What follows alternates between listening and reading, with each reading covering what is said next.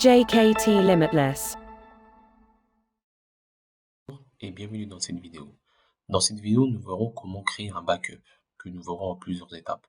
Ensuite, nous procéderons à un copy backup, ce qui sert à externaliser les sauvegardes. Donc sans plus attendre, nous allons voir ça tout de suite. Donc cela sera disposé en plusieurs étapes. Dans un premier temps, nous allons ajouter notre backup repository qui est le data domain de chez Dell. Ensuite, nous allons créer un groupe de protection où nous ajouterons notre serveur Windows. Puis ensuite, on verra la création d'un backup, le lancement de ce backup.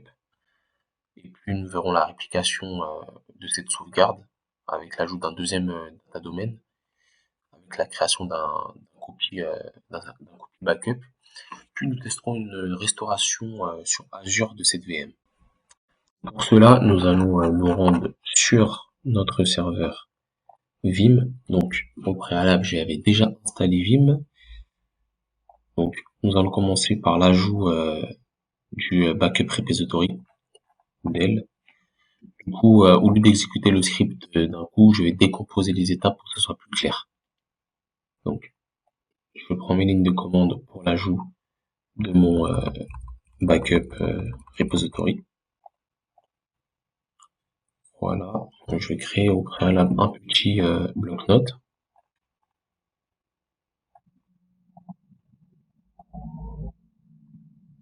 Voilà. Je vais l'appeler repository.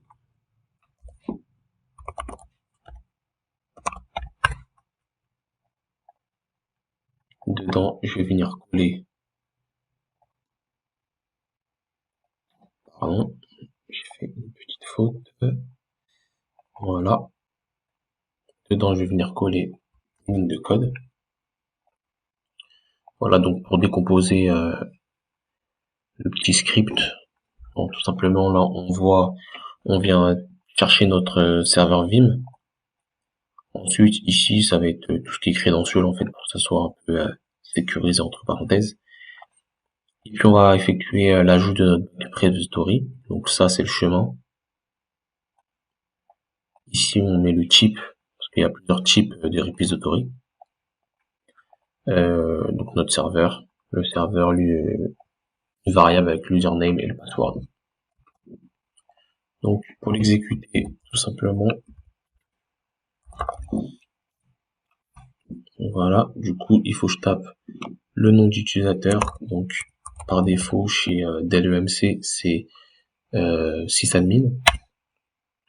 Je viens coller un mot de passe, bon, générer un mot de passe.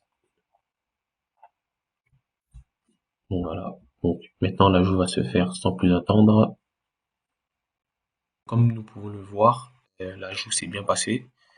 Donc si je vais sur la console Vim et je vais dans backup infrastructure, je vais dans backup repository, voilà, je vois bien mon backup EMC. Nous allons pouvoir ensuite passer à la création d'un groupe de protection avec l'ajout de notre serveur. Donc j'en ai déjà un, je vais le supprimer, voilà, ça fait pas de mal. Donc pour cela, ici pareil, j'ai un petit script.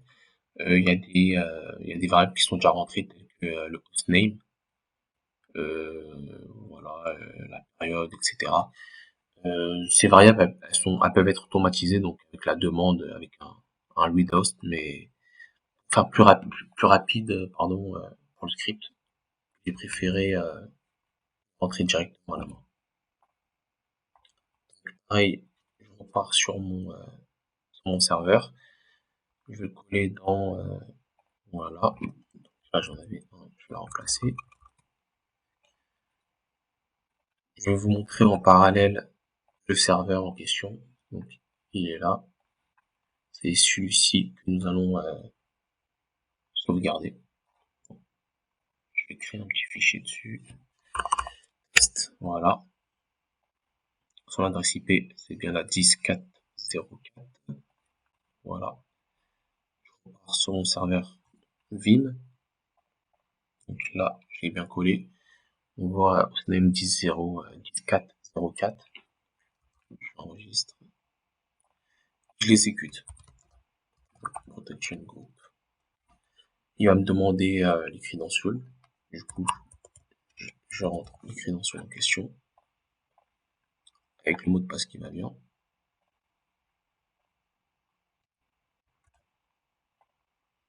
Voilà. Donc là, il va créer le groupe de protection. Donc voilà. Il a créé le groupe de protection.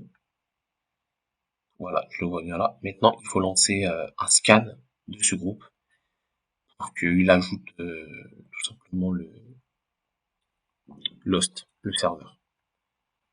Rien de compliqué, hein. Je vais prendre ces deux lignes-là, voilà, pour le scan. Donc là,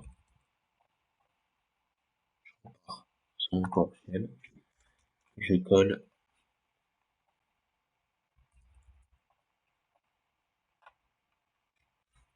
Voilà. Du coup, là, on voit que le scan a commencé. Du coup, je peux repartir ici. Je vois que j'ai un petit running. Il faut attendre, tout simplement. Donc, je vous reprends quand le running est terminé. C'est bon, c'est terminé. On peut voir que notre groupe, notre protection de groupe, Windows Group est bien là, avec notre serveur dessus. Donc, l'agent a été installé sur le serveur. Donc, nous allons pouvoir maintenant procéder aux créations du backup. Du coup, bon, je sais pas, Windows, voilà. Donc, je vais copier ça. Pareil, je décompose le script. On va le copier dans backup et je vais l'exécuter.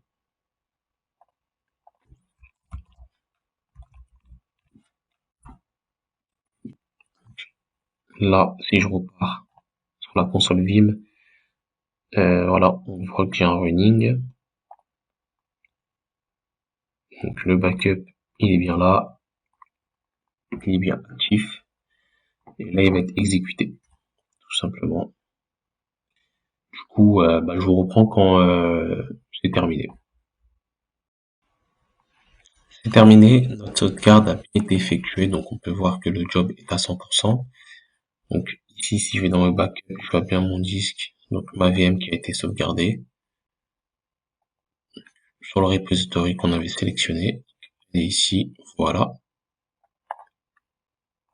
Donc maintenant, nous allons procéder à l'ajout du deuxième backup repository pour ensuite faire un backup création dans la backup copy job. Du coup, pareil, je vais venir prendre mes lignes de commande pour ajouter le deuxième backup repository. Donc, bien évidemment, je suis censé ping le deuxième backup repository. Voilà. Donc, je vais ajouter pareil un nouveau fichier.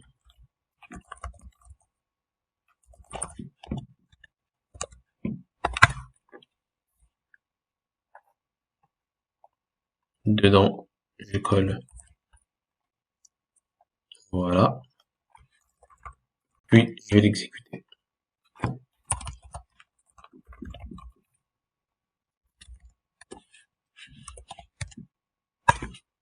Donc, pareil, je mets les identifiants qui vont bien. Donc, l'identifiant par défaut, c'est sysadmin avec le mot de passe.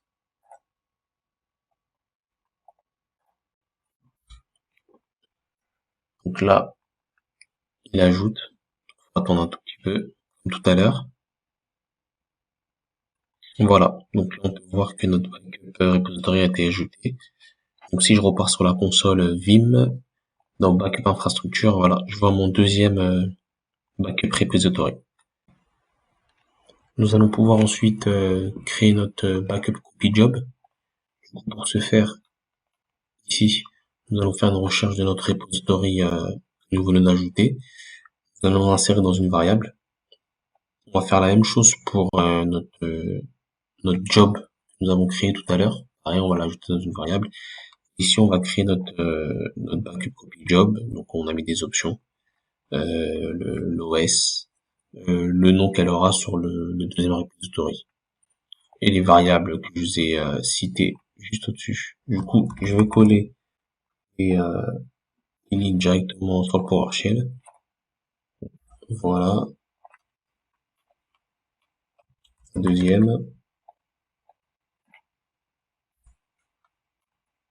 Et pour terminer, la création du backup copy job.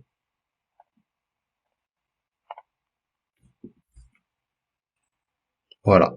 Du coup, là, on peut voir qu'il a été ajouté donc copy mode périodique, donc il sera périodiquement. En fait, il y a deux types de copy mode, donc soit l'immédiat, du coup, quand la sauvegarde se fait, directement, il fait une copie directement, ou sinon c'est une copie périodique, tout simplement.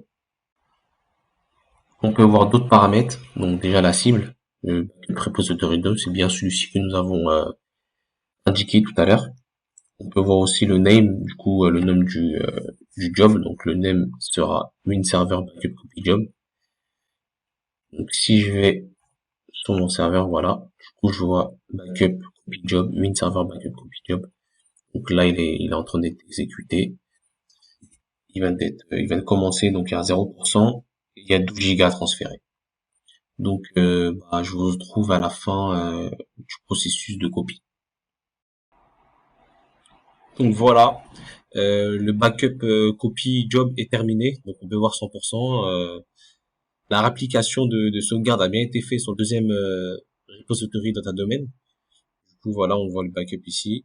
Là actuellement il est en statut IDLE, ça veut dire il est en attente que il y a le nouveau job principal qui soit exécuté pour que la réplication sur le copy backup job puisse être effectuée.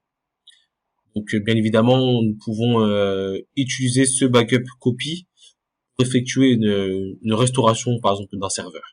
Donc là déjà on va voir la restauration d'un serveur. Donc je vais couper les lignes de mon script. On va restaurer une VM sur Azure. Je restaure, voilà. Je colle. Donc pour faire un petit récap du script, ici nous allons ajouter le compte pardon Azure Cloud. Bon, là je l'ai commenté parce que moi je l'ai déjà fait au préalable, mais en exécutant cette première ligne, ça va nous ouvrir une petite fenêtre où il faudra rentrer les crédentials de connexion de d'Azure. Ici, dans une variable, en fait, on va venir chercher notre dernier point de restauration par rapport à un nom de sauvegarde. Donc là, notre name, c'est bien celui-ci. Dans Account, donc ici, on va venir filtrer notre compte avec notre type d'abonnement, tout simplement.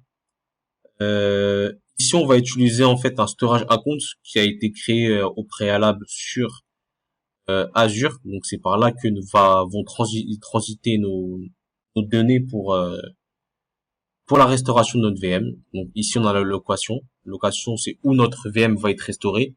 La size c'est le disque du coup euh, qui va être utilisé, la die qui va être utilisée pour la restauration de la VM. Network ici ça va être tout simplement le VNet que nous allons utiliser avec quel type de subnet. Et puis après c'est le ressource group. Et le nom, ici, si on veut donner un autre nom de restauration à notre VM, soit le même, soit un autre nom. Par exemple, moi j'ai choisi win-srv, donc c'est le nom de base de la VM-restore parce que c'est la restauration. Et après on va lancer tout simplement la restauration de la VM. Du coup, sans plus attendre, nous allons exécuter ce script, donc restore en PS1, voilà, on lance. Il faut attendre un tout petit peu avant que l'opération se fasse. Là, j'ai pas encore de visu. Peut-être attendre un peu. Voilà, c'est bon. Donc, on peut voir qu'il est en état de démarrage. Donc, si je vais sur la console Vim, Running, je peux voir Windows Restore to Azure. Donc, pour l'instant, c'est à 0%. Du coup, ce que je vais faire, c'est que je vais couper la vidéo. Et quand la restauration sera terminée, je recommencerai la vidéo. À tout de suite. Nous revoilà, du coup, la restauration de la VM a bien été effectuée. Donc, on voit success ici. Du coup, je suis censé aller, voilà, sur Microsoft Azure. Donc là, à partir de là, juste un petit récapitulatif. Voilà. Donc, on avait demandé la restauration de la VM 10.4.0, donc Win Server.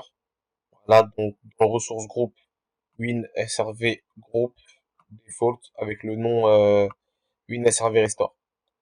Du coup, si je pars du coup sur Azure, dans machine virtuelle, je vois ma machine Windows SRV Restore, donc c'est la machine que j'ai restaurée depuis la sauvegarde. Donc on peut voir que c'est bien l'emplacement North Europe qu'on avait spécifié juste ici. Voilà. Le ressource groupe du coup c'était WinSRV Group. Si je repars ici, je peux voir WinSRV Group. C'est bien le ressource groupe. Et pour la taille, donc c'était du standard D2ASV4, taille que j'avais spécifié juste ici. Donc maintenant, la VM actuellement elle n'est pas disponible, j'ai pas d'IP public. Par contre, bah, je peux par exemple lui affecter une IP publique pour la joindre. Donc ce que je vais faire, c'est que je vais me rendre directement sur le ressource groupe. Voilà, je vais chercher voilà, ma public IP. Donc maintenant, je vais l'associer à ma VM de restauration, donc la VM que j'ai restaurée. Et je vais pouvoir ensuite, voilà. Donc ici, je change interface réseau et je choisis bah du coup WinSRV Restore interface. Ok. J'ai fait l'enregistrement de l'interface réseau. Donc l'interface réseau a été enregistrée, du coup je peux repartir sur machine virtuelle. Je vais actualiser et je peux voir que ma public IP a été mise sur la VM que nous avons restaurée. Donc je vais la copier, je vais ouvrir nouveau bureau à distance, la copier dedans et pouvoir y accéder. Voilà, je copie ça, ok. Et là, du coup, j'ai accès à ma VM. Donc ma VM a bien été restaurée. Si vous vous rappelez au début de la vidéo, nous avons créé un petit fichier test et il est bien ici.